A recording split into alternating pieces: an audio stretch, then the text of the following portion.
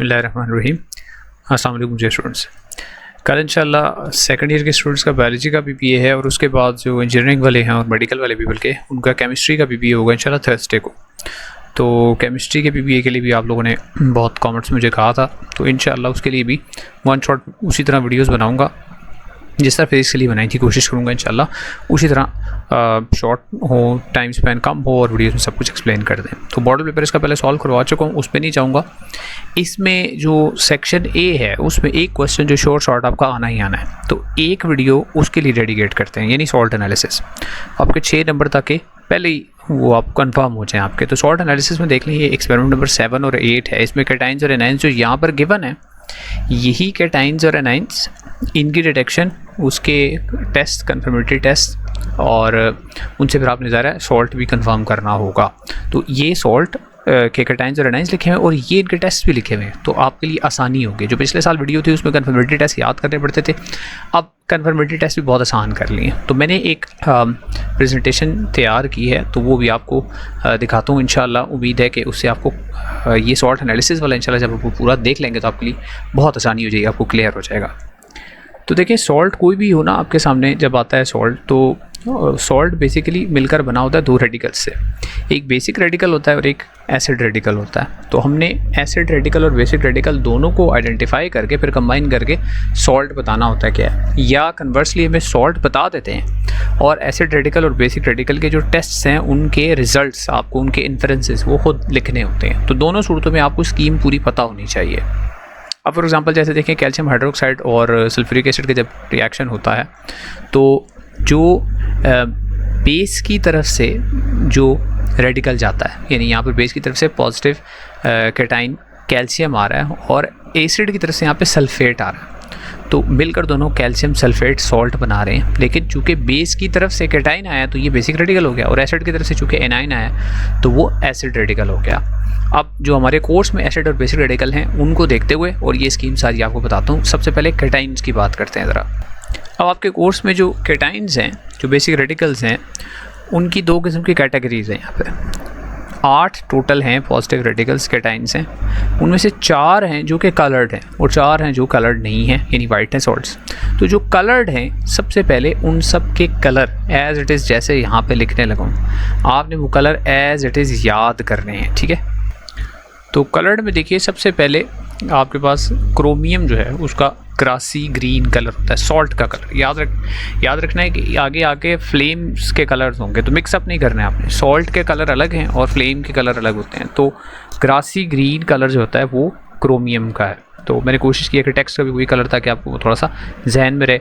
उसके बाद light green, ये थोड़ा चेंज हो गया। लाइट ग्रीन जो है वो फेरिक का Fe+2 का लाइट ग्रीन कलर का सॉल्ट होता है, ठीक है। और इसी तरह आगे Fe+3 का है, वो है येलो कलर का सॉल्ट होता है। येलो कलर का सॉल्ट होगा Fe+3। और फिर चौथा है आपका कॉपर ब्लू। तो इसमें Fe2+ और ये Cu2+ बहुत इंपॉर्टेंट हैं, दोनों बहुत ज़्यादा इंपॉर्टेंट हैं, ठीक है। तो इनके कलर, सॉल्ट्स के कलर याद रखते हैं। ये 4 आपके पास हो गए कलर्ड सॉल्ट्स। बाकी कलरलेस जो सॉल्ट्स होंगे, अब उनमें क्या करेंगे हम? जो कलरलेस सॉल्ट्स होंगे, जो वाइट सॉल्ट्स होंगे, वो होंगे कैल्शियम, जिंक, एल्युमिनियम और अमोनियम, ठीक है।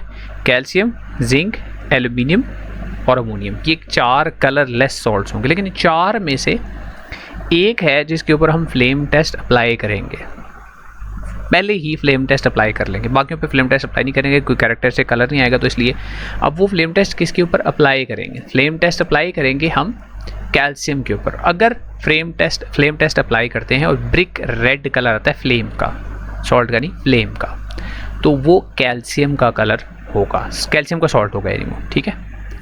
और अगर फ्लेम टेस्ट के बावजूद कलर नहीं आता, ये कोर्स में आपके नहीं है लेकिन फिर भी बता देता हूँ कि बाद में ना क्वेश्चंस के साथ कहा जाए, तो अगला टेस्ट होता है आपका फिल्टर ऐश टेस्ट होता है, ठीक है। तो नेक्स्ट जो टेस्ट होगा वो फिल्टर ऐश का टेस्ट अप्लाई करते हैं। कलरलेस सॉल्ट था, आपने फ्लेम टेस्ट किया, कोई कलर नहीं आया, उसके बाद फिल्टर ऐश टेस्ट किया। फिल्टर ऐश टेस्ट करने के बाद भी कोई कलर नहीं आया, अभी इसको बाद में आएंगे, डिटेल से बात करेंगे। फिर आप उसमें NaOH ऐड करते हैं और अमोनिया गैस इवॉल्व होती है, तो वो कंफर्म हो जाता है अमोनियम। तो जो 4 कलरलेस हैं उसमें से कैल्शियम और अमोनियम, उनके ऊपर ये टेस्ट हो जाएंगे। बाकी जो 2 रह गए आपके, यानी जिंक रह गया, एल्यूमिनियम रह गया, आगे उनके ऊपर कंफर्मेटरी टेस्ट बताता हूँ क्या करते हैं। तो पहले इसको कहीं पे सेव कर लें, इसको याद कर लेना आप, ठीक हो गया। अच्छा जी, अभी जैसे मैंने आपको बताया कि जो कलर्ड सॉल्ट्स हैं उनके अपने कलर्स होते हैं। जो कलरलेस था उसमें से एक था जिसके ऊपर हमने फ्लेम टेस्ट अप्लाई किया था। कलर्ड सॉल्ट का कलर देखने के बाद भी हम उसके ऊपर भी फ्लेम टेस्ट कर सकते हैं, यानी जो कलर्ड थे उनके ऊपर भी अब फ्लेम टेस्ट हम करेंगे। अब बारी बारी सबके फ्लेम के कलर भी नोट डाउन कर लें, ठीक है। फ्लेम के कलर भी इनके एहतियातन नोट डाउन कर लें, ये कंफर्म कर रहे हैं अभी हम सॉल्ट्स, ठीक हो गया। पहले हमने उनके कलर्स देखे, अब हमने उनके ऊपर बारी बारी ड्राई टेस्ट यानी फ्लेम टेस्ट अप्लाई किया। तो फ्लेम टेस्ट अगर क्रोमियम होगा तो याद रहे सॉल्ट का कलर क्या था, ग्रासी ग्रीन, ठीक है। तो उसके फ्लेम का भी तकरीबन ऐसा ही कलर होगा, ठीक है। उसके बाद नेक्स्ट Fe2+ फ्लेम टेस्ट के ऊपर कोई कलर नहीं देगा, Fe3+ फ्लेम के ऊपर कोई कलर नहीं देगा, Cu2+ ब्लूइश ग्रीन फ्लेम दे देगा फ्लेम टेस्ट के ऊपर।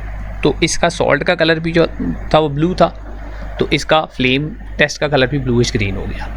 तो इस तरह आपको क्रोमियम और कॉपर का एक कन्फर्मेटरी टेस्ट भी मिल गया है, ठीक है। लेकिन इससे ज़्यादा इम्पॉर्टेंट अगले टेस्ट हैं कन्फर्मेटरी टेस्ट, जो कि वेट टेस्ट कहलाते हैं। तो आपने एक तो सॉल्ट के कलर्स उन पे ज़्यादा तवज्जो देनी है, और इसके बाद आगे जो बताने लगूँ यानी जो वेट टेस्ट हैं, जो कन्फर्मेटरी टेस्ट हैं जो हमारे कोर्स में भी शामिल हैं, वो उन पे ज़्यादा आपने तवज्जो देनी है, ठीक हो गया। अब कन्फर्मेटरी टेस्ट जो वेट टेस्ट हैं वो क्या हैं? सबसे पहले आपने ऐड करना होगा सोडियम हाइड्रोक्साइड। आपने जो सॉल्ट लिया उस सॉल्ट का टेस्ट ट्यूब में डाल के आपने पानी डाल के सोल्यूशन बना लिया। उस सोल्यूशन के आपने 2 हिस्से कर लिए, यानी सॉल्ट सोल्यूशन बना के सॉल्ट सोल्यूशन के 2 हिस्से कर लिए।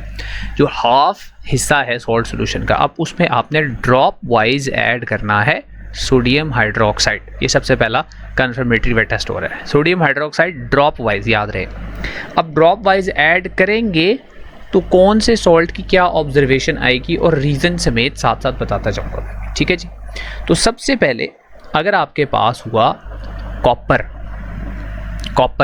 तो लाइट ब्लू कलर का एक प्रेसिपिटेट बन जाएगा, लाइट ब्लू कलर का प्रेसिपिटेट बन जाएगा। रीज़न क्या है कि जो NaOH में OH है ये कॉपर के साथ मिलकर बना लेगा कॉपर का हाइड्रोक्साइड CuOH होल ट्वाइस बना देगा, और उसका कलर होता है लाइट ब्लू। तो ये CuOH होल ट्वाइस की फॉर्मेशन की वजह से लाइट ब्लू कलर का प्रेसिपिटेट जो है वो बन जाएगा, ठीक है जी। CuOH होल ट्वाइस की वजह से, याद करना ज़रूरी नहीं है, वैसे साथ बता रहा हूँ मैं आपको, ठीक है। अब इसमें क्या करना है आपने अगले स्टेप में, ये जो NaOH आपने यूज़ किया है ड्रॉप वाइज NaOH, इसको ज़्यादा करना है, एक्सेस में NaOH आपने यूज़ करना है। लेकिन मैं इस तरह करता हूँ कि आपको पहले सारे सॉल्ट्स के लिए बता देता हूँ कि ड्रॉप वाइज NaOH ऐड करेंगे तो क्या प्रेसिपिटेट बनेगा, अगर बनेगा तो क्या कलर होगा उसका, ठीक है। फिर आगे बताऊँगा कि NaOH को जब आप एक्सेस में करते हैं तो फिर इस प्रेसिपिटेट के साथ क्या होता है। इस तरह हम उनको एक दूसरे से डिफ्रेंशिएट करते होते हैं, ठीक है।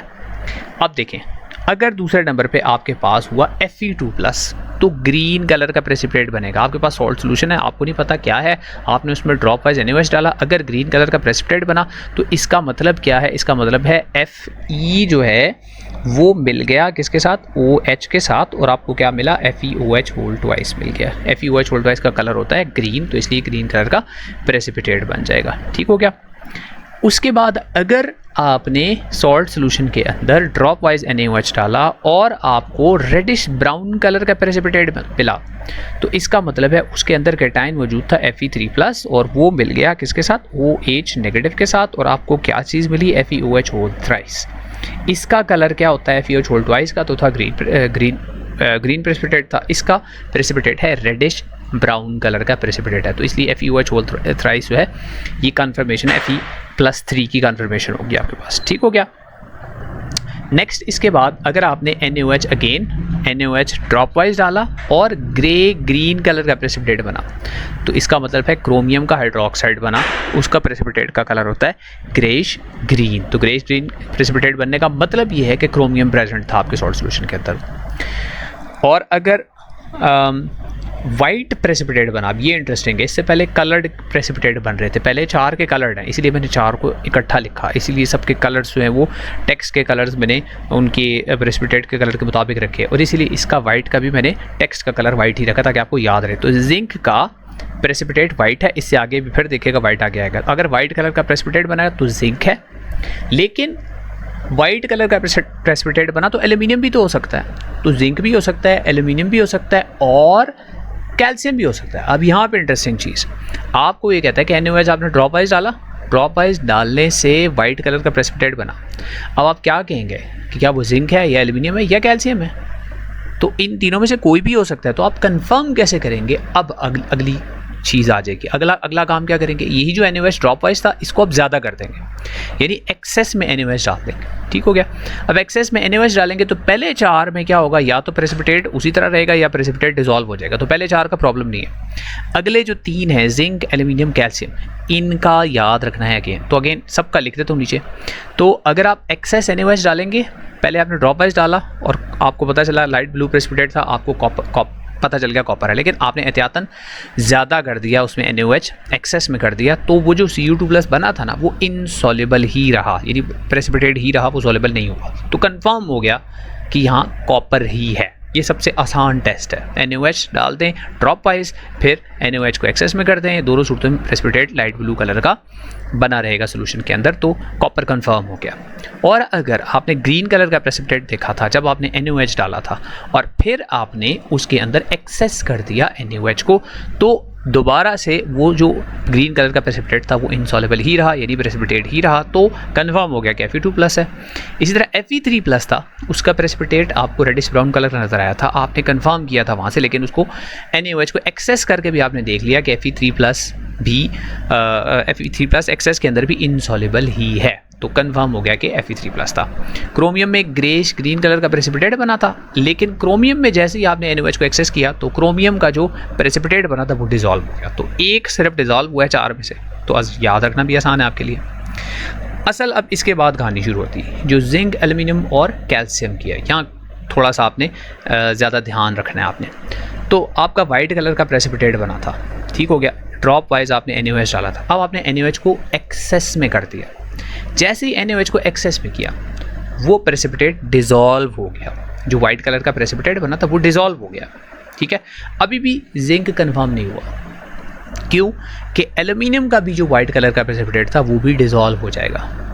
ठीक, तो आप अभी भी डिफरेंशिएट नहीं कर पाए जिंक एल्यूमिनियम में, लेकिन अगर इनसॉल्युबल ही रहा, आपने ड्रॉप वाइज NaOH डाला था, वाइट कलर का प्रेसिपिटेट बना, वो अभी भी प्रेसिपिटेट ही है, तो इन दोनों को क्रॉस आपने कर दिया और आपने कंफर्म कर लिया क्या चीज़ आ गई, कैल्शियम आ गया। ड्रॉप वाइज NaOH डाला, वाइट कलर के प्रेसिपिटेट बने और NaOH को एक्सेस कर दिया और वो वाइट कलर के प्रेसिपिटेट इनसॉल्युबल यानी प्रेसिपिटेट ही रहे, तो आपने कंफर्म कर दिया कि कैल्शियम। लेकिन अगर आपका वाइट कलर का प्रेसिपिटेट बना, आपने एक्सेस किया, एक्सेस के अंदर वो डिसॉल्व हो गया, तो अब चॉइस, अब आपको इन दोनों के ऊपर अब आपको कोई और टेस्टिंग करनी पड़ेगी। जिंक और एल्यूमिनियम को डिफरेंशिएट करने के लिए कोई और टेस्टिंग करनी पड़ेगी। अब वो और टेस्टिंग क्या है, वो है लिक्विड अमोनिया के। अब इसके बाद अमोनिया के टेस्ट आगे आप ध्यान में रखें। अब इन सब के लिए अमोनिया के टेस्ट की ज़रूरत नहीं है, पहले 4 के लिए अमोनिया के टेस्ट की ज़रूरत नहीं। बेसिकली हमें अमोनिया का टेस्ट इन दोनों के लिए चाहिए, जिंक के लिए और एल्यूमिनियम के लिए चाहिए। अब नेक्स्ट जो है वो है अमोनिया। लिक्विड अमोनिया को आप उसी तरह ड्रॉप वाइज पहले ऐड करेंगे सब में और फिर एक्सेस में। तो पहले जो 4 मैंने जैसे मैंने आपको बताया कि उनमें आप अमोनिया को ऐड करें, तो अमोनिया को ऐड करने की ज़रूरत नहीं क्योंकि हमने कंफर्म कर लिए थे NaOH से ही, लेकिन बहरहाल आपके कोर्स में शामिल है तो मैंने उसके भी ऑब्जर्वेशंस लिख दी। सिर्फ एक चीज़ जो है वो चेंज हो रही है कि ये जो प्रेसिपिटेट बन रहे हैं कलर्ड के, वही प्रेसिपिटेट कलर्ड भी वही है, कोई फ़र्क नहीं है। सिर्फ जो पहला वाला यानी कॉपर है ना, ये एक्सेस के अंदर जब NaOH एक्सेस था तो याद रखिए इनसॉल्युबल था, लेकिन जब NH3 को एक्सेस करेंगे ये सॉल्युबल हो जाएगा। ठीक है, ये भी बताता हूँ, आपने इन पे ज़्यादा गौर नहीं करना, आपने जो जिंक और एल्यूमिनियम है इस पे ज़रा ध्यान करना है। तो अब मैंने आपको बताया था कि कॉपर का NaOH डालेंगे ड्रॉप वाइज तो लाइट ब्लू कलर का प्रेसिपिटेट बनेगा। वो लाइट ब्लू कलर का प्रेसिपिटेट जो है वो एक्सेस ऑफ NaOH के अंदर भी इनसॉल्युबल ही था, लेकिन अमोनिया के अंदर, लिक्विड अमोनिया के अंदर लाइट ब्लू कलर का जो PPT बनेगा, जब एक्सेस आप अमोनिया करेंगे तो वो उसमें डिज़ोल्व हो जाएगा, सॉल्युबल हो जाएगा। ये थोड़ा सा चेंज है। Fe2+ में कोई चेंज नहीं, उसी तरह Fe3+ में कोई चेंज नहीं, वही है। हाँ, इसमें क्रोमियम में भी जो NaOH में ड्रॉप वाइज NaOH डाला था तो क्रोमियम जो था वो डिज़ोल्व हो गया था, लेकिन यहाँ पर डिज़ोल्व नहीं होगा, यहाँ पे इनसॉल्युबल रहेगा। अब बारी आती है सिर्फ इन दो की, जिंक की और एल्यूमिनियम की। तो अभी आपको याद होगा, मैंने आपको बताया कि जब आपने NaOH drop wise NaOH use किया तो वाइट कलर के दोनों के प्रेसिपिटेट बने। आपने एक्सेस किया NaOH को, दोनों के एक्सेस के अंदर दोनों के सॉल्युबल हो गए प्रेसिपिटेट्स, ठीक है। अब अमोनिया को जब आपने ड्रॉप वाइज ऐड किया तो जिंक का वाइट कलर का प्रेसिपिटेट बना। आपने अमोनिया को एक्सेस जैसे ही किया वो डिज़ोल्व हो गया, अमोनिया के अंदर भी डिज़ोल्व हो गया, यानी जिंक जो है इसका वाइट कलर का प्रेसिपिटेट NaOH के अंदर भी डिज़ोल्व हो जाता है, अमोनिया के अंदर भी डिज़ोल्व हो जाता है। एल्यूमिनियम में आपने लिक्विड अमोनिया डाला ड्रॉप वाइज, प्रेसिपिटेट बना, लेकिन जैसे ही आपने एक्सेस किया ना ये इनसॉल्युबल हो गया। तो यहाँ से आपको पता चल गया कि ये अगर इनसॉल्युबल रहा वो एक्सेस ऑफ अमोनिया के अंदर तो आपने कंफर्म करना है कि वो एल्यूमिनियम है, वरना वो जिंक है हर सूरत में, ठीक है। कैल्शियम का प्रेसिपिटेट बनेगा ही नहीं, तो इसलिए कैल्शियम को छोड़ दें। क्लियर हो गया जी। ये आपके कैटाइंस के जितने आपके वेट टेस्ट हैं, वो ड्राई टेस्ट भी मैंने बता दिया आपको फ्लेम टेस्ट के साथ। ये क्लियर हो गया आपके वेट टेस्ट भी कैटाइंस के। अब इसके बाद एनाइंस की तरफ चलते हैं ज़रा। हाँ, जो मैंने आपको उसका अमोनियम का बता दिया था कि अगर आप NaOH डालते हैं और NaOH से अमोनिया गैस इवॉल्व होती है, या आपको लिटमस टेस्ट का वो बता देते हैं कि अमोनिया गैस जो है वो वेट लिटमस पेपर उसके ऊपर रखते हैं, रेड लिटमस पेपर, और उसको वो ब्लू में कन्वर्ट कर देती है या पंजेंट स्मेल आती है, तो वहाँ पे आप कंफर्म कर लेंगे अमोनियम के। अच्छा जी, इसके बाद बारी आती है एनाइंस की, यानी हमारे एसिड रेडिकल्स की। तो वो है 7, सल्फेट, सल्फाइड है, कार्बोनेट है, क्लोराइड, ब्रोमाइड, आयोडाइड और नाइट्रेट है। तो ये जो नेगेटिव आइंस हैं इनको मैंने एक स्कीम के तहत अगेन यहाँ पर लिखा है, और जो शॉर्टेस्ट पॉसिबल वे है इनको याद करने का, तो मैंने कोशिश की है उसके मुताबिक एक्सप्लेन करूँ। तो इंशाल्लाह अगर आप इसी तरतीब से इनको जहन में रखेंगे तो आपको बहुत याद रखने में आसानी होगी और आगे क्वेश्चन के आंसर देने में भी आसानी होगी। तो सबसे पहले आप अगर ओरिजिनल सोल्यूशन में कोई डाइल्यूट एसिड HCl हो सकता है वो, या HNO3 हो सकता है, अगर वो डाल दें और colourless gas with effervescence, colourless gas with effervescence होगी, बबल्स होंगे, तो वहाँ स्पेकुलेशन हो सकती है आपके पास कार्बोनेट की प्रेजेंस की। क्यों कि जब आप ओरिजिनल सोल्यूशन में डाइल्यूट एसिड डालते हैं तो अगर कार्बोनेट मौजूद है तो कार्बन डाइऑक्साइड गैस रिलीज़ होगी। एसिड जब भी कार्बोनेट्स के साथ रिएक्ट करते हैं तो सॉल्ट प्लस वाटर पर CO2 रिलीज़ होती है। तो ये CO3 - इसको फिर उसके बाद हमने कंफर्म करना है कि कार्बोनेट है या नहीं। कार्बोनेट की कंफर्मेशन के लिए आपने उस गैस को टेस्ट कर लेना है जो कलरलेस गैस है, बबल्स के साथ प्रोड्यूस हुई है। तो उस गैस को हम क्या करेंगे, उसको लाइम वाटर में से पास करेंगे। तो कार्बन डाइऑक्साइड गैस क्या करती है, वो लाइम वाटर को मिल्की कर देती है। तो अगर लाइम वाटर मिल्की हो जाता है तो कंफर्म हो जाएगा कि ये कार्बन डाइऑक्साइड गैस है, और कार्बन डाइऑक्साइड अगर गैस थी तो इसका मतलब है कि हमने आयन कौन सा कंफर्म कर लिया, कार्बोनेट का आयन। तो सबसे आसान ये कार्बोनेट के आयन का हो गया कि अगर आप ओरिजिनल सोल्यूशन में डाइल्यूट एसिड, सिर्फ डाइल्यूट एसिड, आगे जाके एसिड के साथ और चीज़ें भी आएंगी, तो सिर्फ डाइल्यूट एसिड डालते हैं और बबल्स होते हैं, कलरलेस गैस होती है प्रोड्यूस। कलरलेस गैस तो नज़र नहीं आएगी, बबल्स आपको नज़र आ जाएंगे, तो आप उससे इन्फर क्या कर सकते हैं कि ये CO3 हो सकता है। लेकिन कंफर्म करने के लिए उस गैस को लाइम वाटर में से पास करेंगे। लेकिन अगर आप ओरिजिनल सोल्यूशन में डाइल्यूट एसिड डालते हैं और बबल्स प्रोड्यूस नहीं होते, नो एफिशिएंसी, गैस यानी प्रोड्यूस नहीं हुई, अब क्या करें, अब उसके अंदर आप एसिडिफाइड KMNO4 डालते हैं। एसिडिफाइड KMNO4 डालने से क्या हो सकता है, अगर एसिडिफाइड KMNO4 जो कि पर्पल कलर का होता है वो डी कलराइज हो जाता है, यानी उसका कलर जो है वो पर्पल से कलरलेस हो जाता है। तो ये किस चीज़ की निशानी है, ये है निशानी प्रेजेंस ऑफ सल्फेट आयंस। अब इसकी रीज़न भी बता देता हूँ कि जो सल्फेट आयन है ना, बेसिकली ये एक रिड्यूसिंग होता है। सल्फेट जो है ना वो बेसिकली एक रिड्यूसिंग एजेंट होता है। तो ये क्या करता है, ये जो आपके पास मौजूद है KMNO4 के अंदर जो MnO4 है, MnO4 का आयन है, MnO4-1 का आयन है, ये उसको कन्वर्ट कर देता है इनटू कलर चेंज कर लेता हूँ, इनटू Mn+2। तो इसका कलर असल में होता है पर्पल, और ये पर्पल से इसको कलरलेस Mn+2 में कन्वर्ट कर देता है सल्फेट।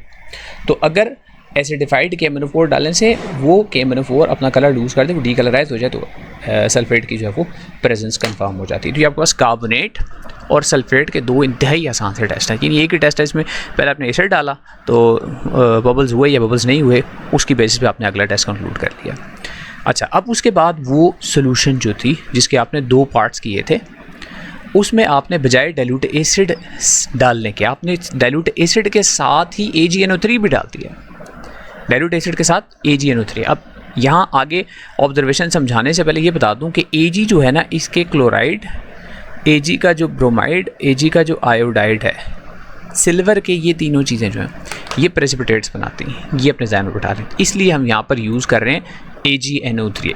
अच्छा, अब आपने AgNO3 डाला ओरिजिनल सोल्यूशन के अंदर, HNO3, और उसके बाद AgNO3 डाला, तो प्रेसिपिटेट्स फॉर्म हुए। अब प्रेसिपिटेट सारे इकट्ठे नहीं हो जाएंगे, ठीक है।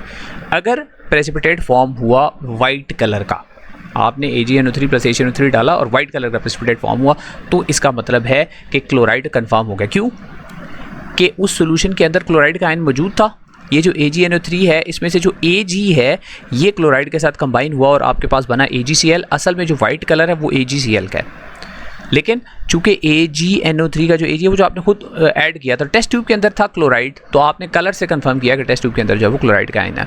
अच्छा, अगर प्रेसिपिटेट बनता है क्रीम या पेल येलो कलर का, तो इसका मतलब क्या है? इसका मतलब है कि AgBr बना है, और आपने कंफर्म क्या चीज़ की है? कंफर्म आपने ब्रोमीन का आयन किया। और अगर येलो कलर का प्रेसिपिटेट बनता है, तो येलो कलर का प्रेसिपिटेट बनने का मतलब ये है कि आयोडाइड आयन मौजूद था आपकी सोल्यूशन के अंदर, जो सॉल्ट सोल्यूशन थी उसके अंदर, क्योंकि अगेन सिल्वर आयोडाइड बना था इस वजह से। तो ये भी इंतहाई आसान है, आप सिर्फ प्रेसिपिटेट के कलर्स को याद कर लें तो आप आसानी से सॉल्ट्स को कन्फर्म कर सकते हैं, एनाइंस को कन्फर्म कर सकते हैं, ठीक है। अच्छा जी, फिर उसके बाद आपने क्या किया? ओरिजिनल सोल्यूशन के अंदर HNO3 डाइल्यूट और साथ अब AgNO3 के बजाय BaNO3 होल ट्वाइस, यानी बेरियम का नाइट्रेट। तो रीज़न वही है जो अभी थोड़ी देर पहले बताई थी Ag के लिए। Ag के जो प्रेसिपिटेट्स बनते हैं उनके कलर्स आपने याद कर, तो यहाँ बेरियम का सिर्फ एक प्रेसिपिटेट बन सकता है, वो क्या है?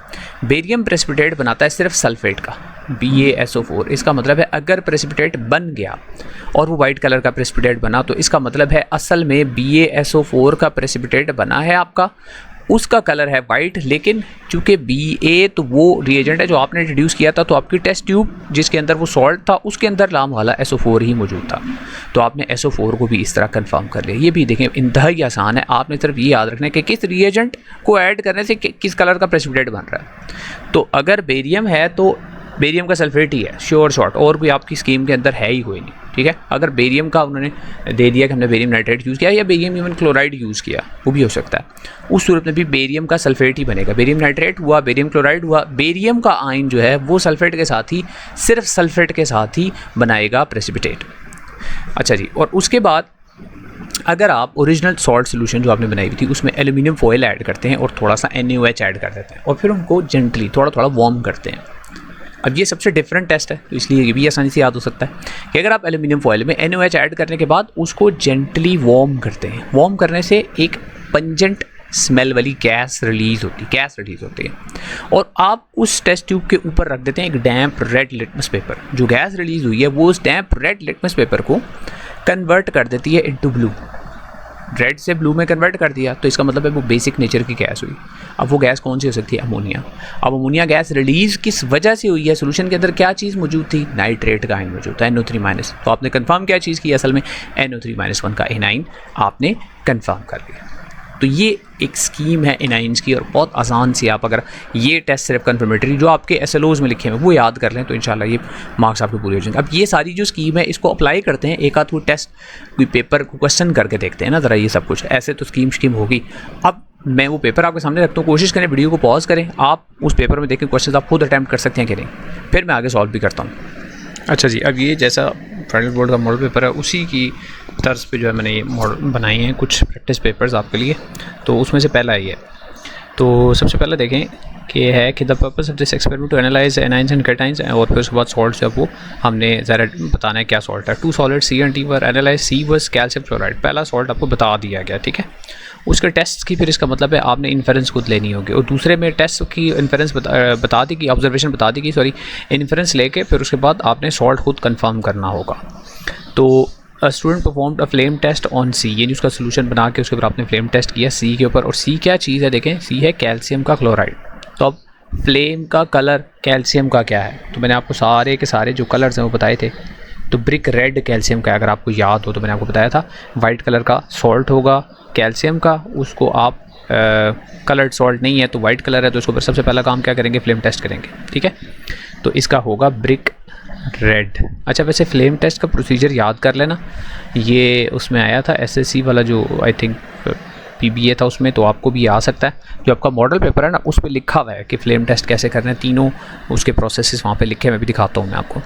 उसके बाद ब्रिक रेड इसका, अच्छा यहाँ पे लिखना था ब्रिक रेड। चलें, a specific amount of C was added to distilled water to prepare solution in a test tube and divide the solution into 2 equal parts in 2 test tubes. उसके बाद to the first portion of the solution C add aqueous silver nitrate after acidified with dilute nitric acid। अभी थोड़ी देर पहले मैंने आपको बताई थी scheme कि अगर आप एसिड और फिर उसके बाद सिल्वर नाइट्रेट डाल रहे हैं तो असल में आपने इस सिल्वर के ऊपर नज़र रखनी है। ये सिल्वर है, अगर ये प्रेसिपिटेट बनाएगा तो या तो क्लोराइड होगा या ब्रोमाइड या आयोडाइड होगा, ठीक। अब वो जो प्रेसिपिटेट बनेगा उसके कलर पे नज़र रखनी है, ठीक है। अब ये है क्या चीज़, ये है कैल्शियम का क्लोराइड। तो इसके अंदर जो एनाइन है वो तो हमें पहले से पता है क्लोराइड का एनाइन है। तो सिल्वर ने किसके साथ, क्लोराइड के साथ मिलना है, क्या बनाना है, सिल्वर का क्लोराइड बनाना है। सिल्वर का जो क्लोराइड होता है उसको कलर प्रेसिपिटेट का क्या होता है, वाइट प्रेसिपिटेट। तो आपने यहाँ पे लिखना है वाइट प्रेसिपिटेट, पूरा लिख देना, ठीक है, ऑफ AgCl इज फॉर्म्ड। ये लें जी, ये एक नंबर कंप्लीट हो गया। चूँकि आपको एनाइन पता था इसलिए आपने कलर लिखा, अगर आपको कलर गिवन हो तो आप एनाइन बताएंगे, ठीक है। ये इस तरह क्वेश्चन है। To the second portion of the solution C, वो सोल्यूशन सी किस चीज़ का है, फिर से कैल्शियम क्लोराइड का ही है। आपने क्या ऐड किया, एक वो सोडियम हाइड्रोक्साइड ऐड कर दिया। ऑब्जर्वेशन बताएं क्या है, तो सोडियम हाइड्रोक्साइड NaOH है, आपने NaOH के साथ क्या मिला दिया, आपने ये याद रहे सॉल्ट हम क्या लेकर चल रहे हैं आगे, कैल्शियम का क्लोराइड है ना, तो CaCl2 लेकर चल रहे हैं। आप देखें इसकी इक्वेशन खुद से कंप्लीट कर लें, आप क्या बनेगा NaCl, इसका तो कलर होना कोई नहीं, ऑब्जर्वेशन आनी कोई नहीं। तो दूसरी चीज़ क्या बन रही है, कैल्शियम का हाइड्रोक्साइड। तो कैल्शियम का जो हाइड्रोक्साइड है वो प्रेसिपिटेट होता है, और वो प्रेसिपिटेट होता है वाइट कलर का, ठीक है। So a white precipitate of calcium hydroxide form, ठीक है। सॉरी, तो ये आपका पहला सॉल्ट पता था, और उसके ऊपर जो क्वेश्चंस आ सकते हैं ये मैंने साथ लिख दिया है। दूसरा आपको सॉल्ट नहीं पता, अब इसमें आपको कैटाइन एनाइन दोनों डिटेक्ट करने हैं। आपको टेस्ट और टेस्ट के ऑब्जर्वेशंस ये हैं, इन्फेरेंस आपने खुद लेना है। तो आपने स्पेसिफिक अमाउंट ऑफ डी लिया, उसका सोल्यूशन बनाया, उसके बाद उसके ऊपर पहला टेस्ट किया, अपीयरेंस देखा, अपीयरेंस आपको खुद बता दिया कि वाइट क्रिस्टलाइन सॉलिड है। अब इसका मतलब है जो कलर्ड थे ना आपके सॉल्ट, उनके कैटाइंस यहाँ से आपके आउट हो गए, यानी ना ये कॉपर है, ना ये फेरिक है, ना ये फेरस है, ना ये क्रोमियम है, ये 4 आपके ख़त्म हो गए। अब या ये कैल्शियम है, या जिंक है, या एल्यूमिनियम है, या अमोनियम है।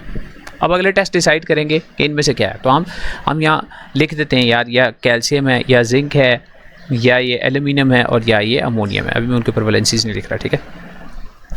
दूसरा टेस्ट है excess aqueous sodium hydroxide added to the first food. Excess ही डायरेक्ट ऐड कर दिया, ठीक है, ड्रॉप वाइज नहीं किया, डायरेक्ट एक्सेस किया। तो क्या बना, white precipitate formed which dissolves in excess sodium hydroxide. अब वाइट प्रेसिपिटेट फॉर्म कहाँ पे होता है, जिंक में फॉर्म होता है, वाइट प्रेसिपिटेट होता है, ठीक है, और एल्यूमिनियम में वाइट प्रेसिपिटेट होता है। तो दोनों में वाइट हुआ और दोनों में डिजॉल्व हो जाता है। तो इसका मतलब है ये क्या हो सकता है, या जिंक या एल्यूमिनियम हो सकता है, जिंक या सॉरी मैंने आई थिंक Ag लिख दी है, ये एल्यूमिनियम है, ये Ag तो आपका है ही नहीं, एल्यूमिनियम है। तो इन दोनों में से कोई एक हो सकता है, इन दोनों को आपने क्रॉस कर दिया। देखें उसको शॉर्ट टेस्ट करते जा रहे हैं हम।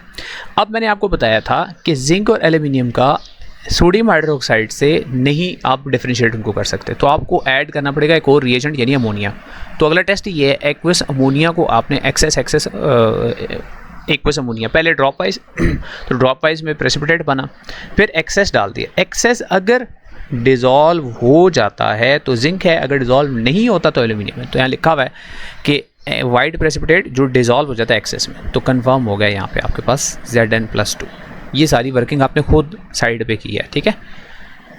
ये आपको Zn+2 जैसे ही कंफर्म हुआ, आपने इस थोड़ा सा नीचे जाना है, यहाँ पे पूछा हुआ होगा अगले क्वेश्चन में कि आप कैटाइन बताएं क्या है। यहाँ से कैटाइन कंफर्म हो गया, ठीक है। अगला टेस्ट कैटाइन के लिए नहीं है, अगला टेस्ट एनाइन के लिए। ये जो टेस्ट है ये अब एनाइन के लिए नंबर 4 होना चाहिए। डाइल्यूट नाइट्रिक एसिड अब आपने ऐड किया, याद रहे अब आप एनाइन कंफर्म कर रहे हैं, ठीक है। अब आपने dilute nitric acid followed by aqueous silver nitrate added to the second solution. तो सिल्वर नाइट्रेट में आपने किस पे तवज्जो रखनी, Ag के ऊपर।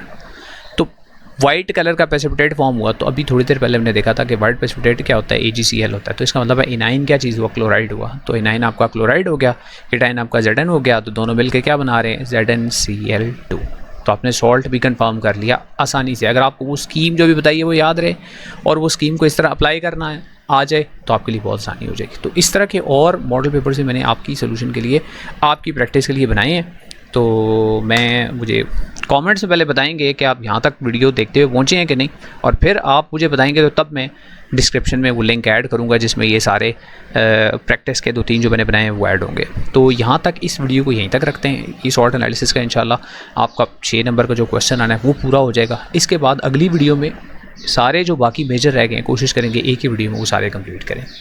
तो उस वीडियो में भी साथ रहिएगा। और इससे पहले अगर आपने मॉडल पेपर जो है आपकी पेडल बोर्ड की वेबसाइट पे अपलोड हुआ है, अगर उसका सोल्यूशन नहीं देखा तो आपके सामने स्क्रीन पे उसकी वीडियो आ रही है, इस पर क्लिक करके आप वो वीडियो देख सकते हैं। तो सी यू इन दैट वीडियो इंशाल्लाह।